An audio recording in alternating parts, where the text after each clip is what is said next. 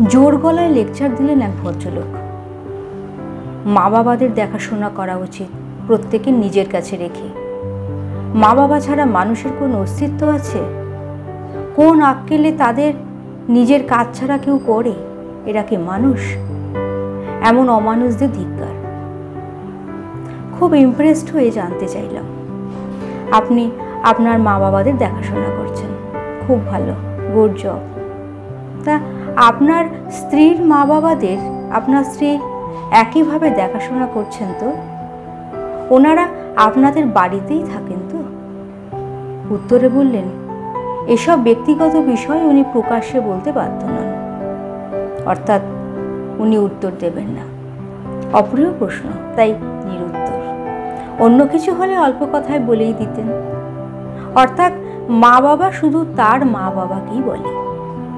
স্ত্রীর মা বাবা আবার মা বাবা নাকি? অর্থাৎ ওর মা বাবা ওকে জন্ম দিয়েছেন, লালন পালন করেছেন, তাই তাদের দায়িত্ব ওর। তার স্ত্রীর মা বাবা সম্ভবত তার স্ত্রীকে অনলাইনে অর্ডার দিয়ে পেয়েছিলেন, তাই তাদের আবার কিসের দায়ী দায়িত্ব? হ্যাঁ, স্ত্রী শুধু তার স্ত্রী, তিনি আবার কারো সন্তান নাকি? ধাত।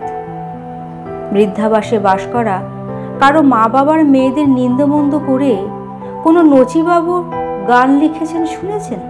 পাগল। যে ছেলে মা বাবাকে বৃদ্ধাবাসে পাঠালো বলে এত কান্নাকাটি, তার স্ত্রী আছে, কিন্তু সেই স্ত্রীর কোনো মা বাবা নেই। উনি অজনী সম্ভবা, এলেবেলে, তাই কান্নাকাটিও নেই। মা বাবাকে বৃদ্ধাবাসে পাঠানো পুত্র সন্তানের মা বাবারই গানের বিষয়। হ্যাঁ, তা তো হবেই। লোকজনের তো বদ্ধমূল ধারণা বৃদ্ধাশ্রমে শুধু ছেলেদের মায়েরা থাকেন, ছেলেদের জন্য পায়েস রাঁধেন। এরাই জানে কোন বৃদ্ধাশ্রমে পায়েস রাঁধার অপশন থাকে। তাই তাদের পুত্র আর পুত্রবধূকে হাতে পেলে দেখে নিত সবাই। মেয়ের বাবা মায়েরা যেখানেই থাকুন, তা নিয়ে আবার ভাবে কি? ওটা কি ভাবার বিষয়? তাদের থাকার প্রয়োজনই বা কি? ছোটবেলায় খেলাতে যেমন দুধ ভাত হতো, তারাও তেমন দুধ ভাত, বরং তারা সেখানেই থাকুন, তাতেই খাপ বসানো যায়। কি উনি মেয়ের বাড়ি সাজিয়েছেন? এই তো এখন চলছে। মেয়ের সংসার ভাঙতে গেছে গো, দেখেছো কি আস্পর্ধা, কি নির্লজ্জ। আরে জামাইকে ভেড়ুয়া বানিয়ে রেখেছে, ছুঁচোয় ঢুকে ফাল হয়ে বেরোবে। সমাজ উচ্ছন্নে যাচ্ছে, বেচারা জামাতা। হ্যাঁ তাই তো, অনলাইনে পাওয়া মেয়ে আবার মেয়ে। জন জামাই ভাগনা তিন কবে আবার আপনা? হ্যাঁ, হতো ছেলের মা, তবে ছিল কথা। ছেলের মা বাবা ছেলের বাড়ি ঢুকে যতই তাণ্ডব চালান, তাকে কেউ তাণ্ডব বলবে না।